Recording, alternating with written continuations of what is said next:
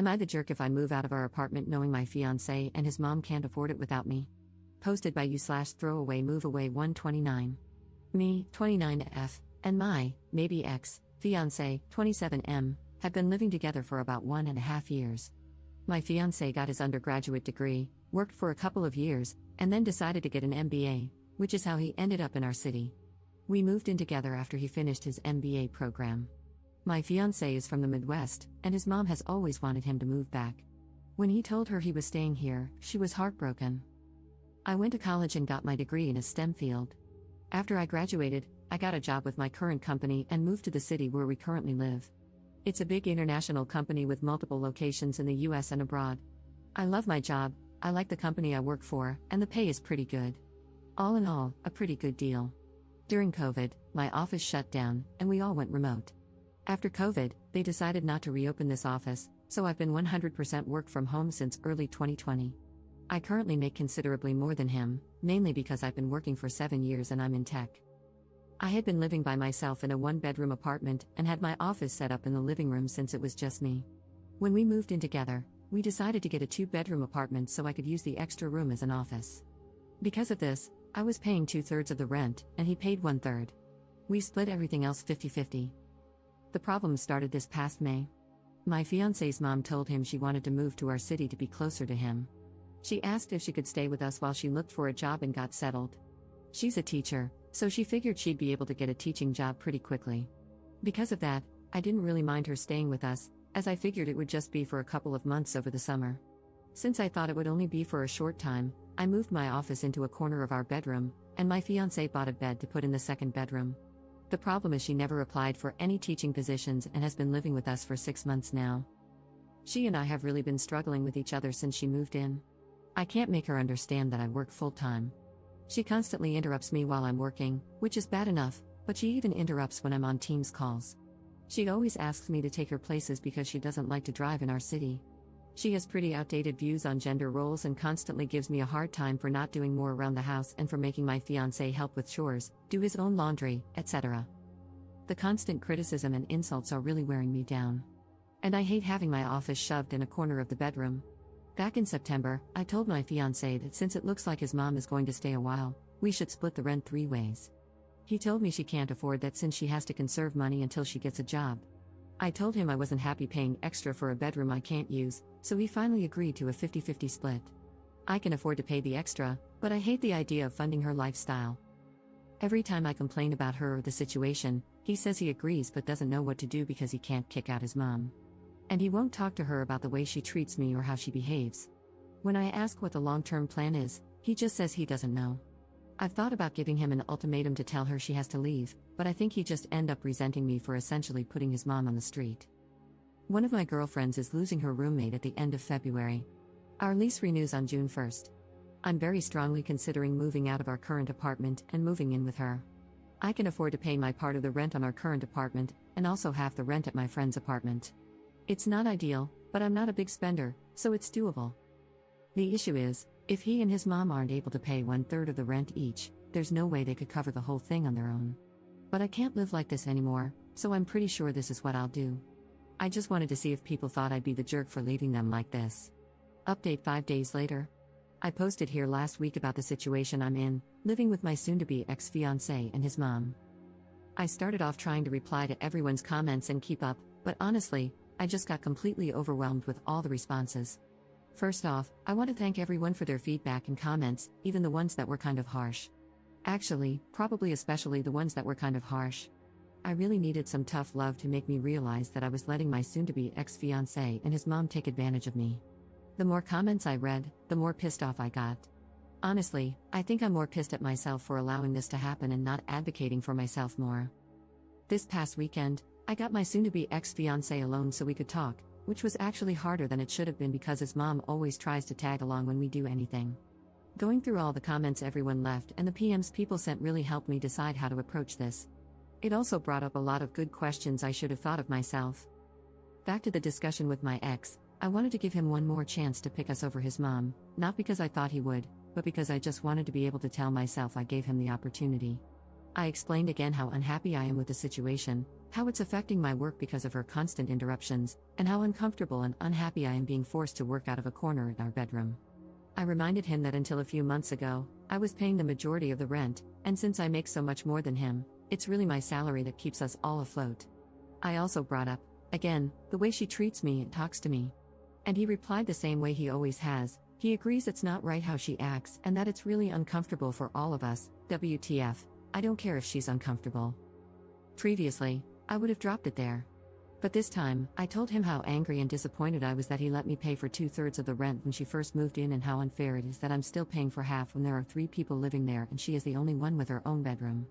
His response was the same: she has to conserve money since she doesn't have any income currently. Which brought up the question, where did all her money go when she moved? What money does she use for incidentals? Evidently, when she got divorced, she asked for the divorce after my ex went off to college. It doesn't sound like her husband/ex's dad wanted the divorce. His dad bought her out of the equity in their house. My ex had no idea how much that was or how much is left. But until she moved here, she was working full-time as a teacher and living in a small apartment, so she shouldn't have had to tap into the divorce settlement money much. Other than that, my ex didn't have much insight into her finances beyond what she told him, that she has to conserve money. I told him straight up that I'm moving out before the end of the month. And from now on, I'm only paying 25%. As some commenters pointed out, she has a whole bedroom while I have to share with a man-child, so she should be paying twice as much. After I move out, I'm not paying for anything else, no utilities, no food, nothing other than rent.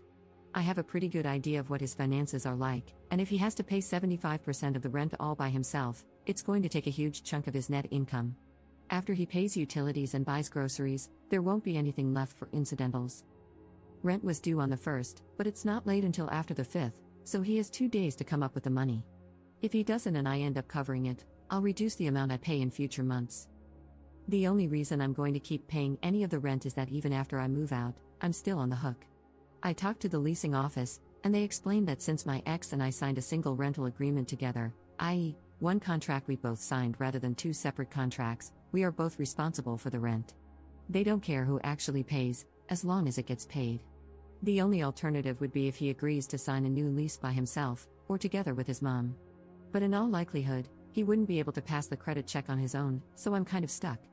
I don't think he'll do anything stupid, though, because he's going to need to find somewhere to live after this, and a collection on his credit report wouldn't be good. I also told him that I'm going to find someplace else to work during the day until I move so she can't bother me.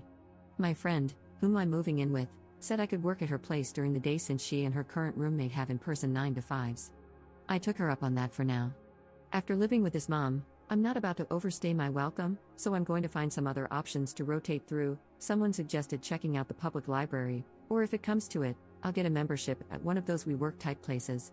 Just in case, I brought my important papers, files, and valuables, and my friend is storing them for me until I move in. He really didn't take it well. The surprising thing to me is that he was actually shocked by everything. He seemed genuinely surprised that I wasn't prioritizing his mom. I really got the feeling that he sincerely believed I wanted to take care of her as much as him. He kept saying stuff like, "What about my mom? What am I going to tell her? That's just how she is, but we still need to help her," etc. He asked about our relationship and the engagement. I told him that after I move out, I need some space from him. In a few months, once we've both had time and space to process what happened, if we both agree, we can talk about the relationship. But he'd have to prove that he's going to have my back going forward and will set boundaries with his mom. I told him that just to avoid more drama, but I don't see a future where we're together. I told him he needs to tell his mom because she's not my responsibility or problem, and she'll know something's up when I start moving my stuff out.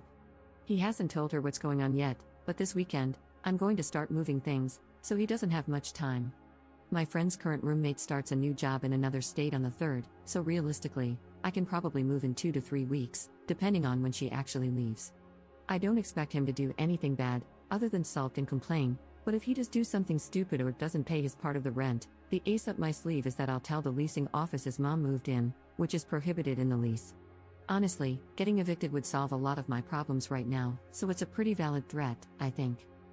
Now that I've mentally and emotionally separated myself from him and his mom, I'm actually looking forward to her reaction when he tells her what's going on. If it gets too ugly, I'll find a cheap Airbnb or hotel or something. I've had some friends, including the one I'm moving in with, offer to let me couch surf for a few weeks, but I just can't do that to someone else. So, that's it. I'm leaving, and I really don't care how that affects them. Relevant comments. Commenter. The thing about him sincerely believing you wanted to take care of mom is pretty standard when someone has an enmeshed relationship with their parent.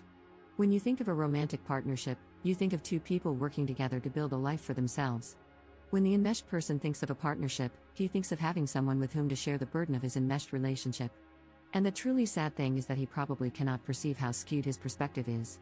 His normal meter didn't break, it never worked in the first place. It's sitting in the back of a closet, buried under a bunch of old coats. Ops response. I mean, that explains a lot. But honestly, that is just so effing sad. That's essentially saying he's broken but doesn't even know he's broken.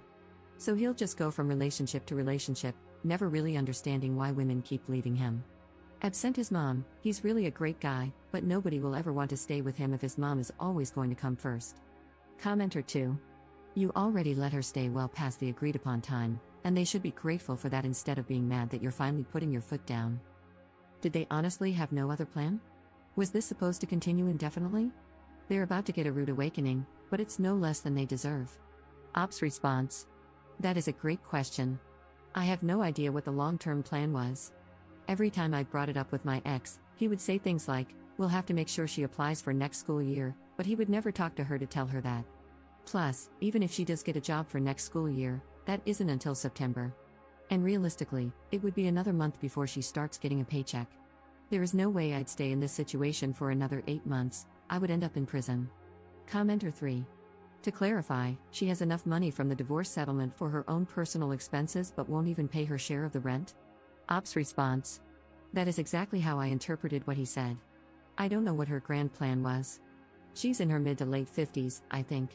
So if she was planning to mooch off me and her son until she could officially retire, it would be another 5 to 10 years. I don't know how she expected that to happen. Second update 8 days later. Hey everyone, I've been getting a lot of requests for an update, so I wanted to let everyone know how it went when my ex's mom found out about me not covering all the rent and moving out.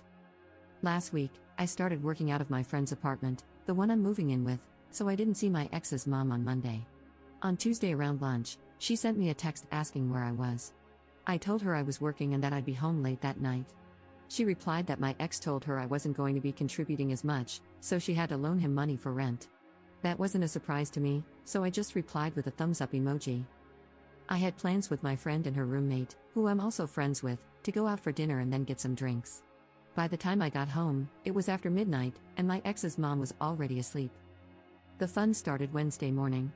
I was getting ready to go to work at my friend's place when my ex's mom stopped me and said we needed to discuss my financial situation.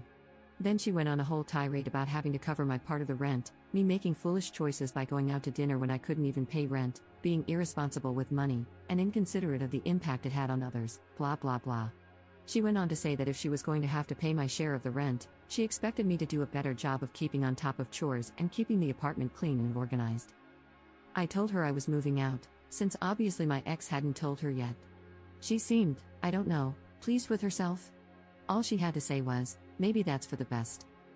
When I got home that night, she immediately wanted to talk. She said that instead of me moving out, we could get a bigger apartment, and that she'd be willing to help by paying the difference between a 2-bedroom and a 3-bedroom. Then we could go back to the arrangement my ex and I had before she moved in, me paying 2/3 of the rent and him paying 1/3. Honestly, when she said this, I think my brain vapor locked. She was making it sound like she was doing us a favor by offering to pay the increase in rent. Apparently, this manchild, who tells his mom literally every single thing about our lives and relationship, hadn't bothered to tell her how much I was actually contributing.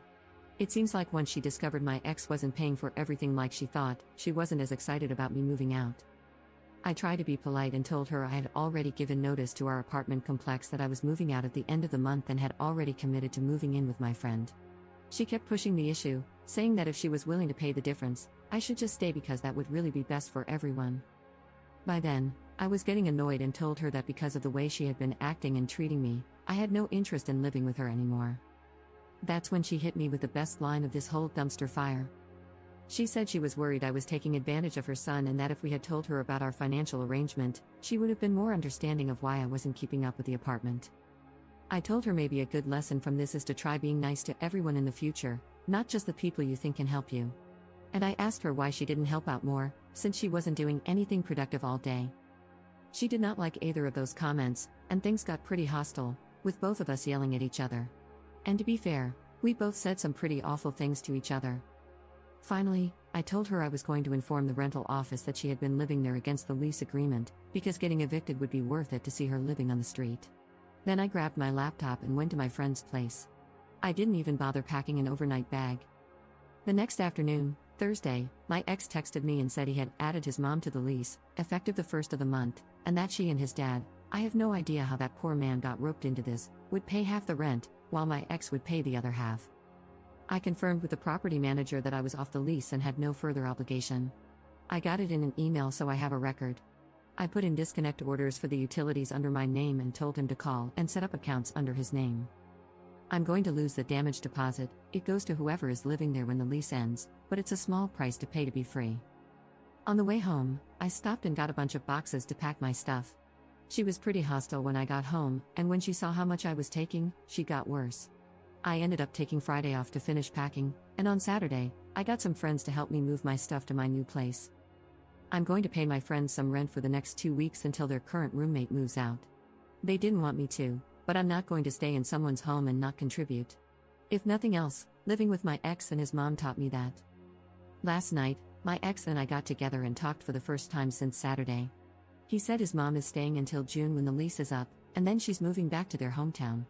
According to him, she just really didn't like living here, and that's why she didn't try to find a job. Then he asked how long of a break I thought we should take. A few commenters gave me a hard time for stringing him along, so I was brutally honest and told him I could not be with someone who allowed others to treat me the way he allowed his mom to treat me, and that I hoped he learned to stand on his own and establish some boundaries. He looked like he was going to cry and just got up and left. As far as I'm concerned, this whole thing is over and done. I'm going to call it a learning experience and be glad I found out how awful my ex's mom is before we got married. The thing that amazes me is the amount of damage this woman leaves in her wake and how utterly oblivious she is. She destroyed our engagement and relationship, is leaving my ex in a much worse financial situation, and pushed back her ex-husband's retirement, by who knows how many years, since he now likely has to pay off the mortgage, or second mortgage, he had to get to pay her half of the equity. And she made my life hell for 6+ months. And yet, she's walking away completely unscathed. According to my ex, she's going back to her hometown and picking up her old teaching job. I'm thinking about visiting my parents next week and working from their house. I want to tell them how boring and undramatic they are, and how I'm so grateful for that. And that I love them for it, lol. Relevant comments. Commenter. It sounds like your ex wanted to save his pride and avoid disappointing his mother by concealing how much of the expenses you were covering, and he happily threw you under the bus to do so.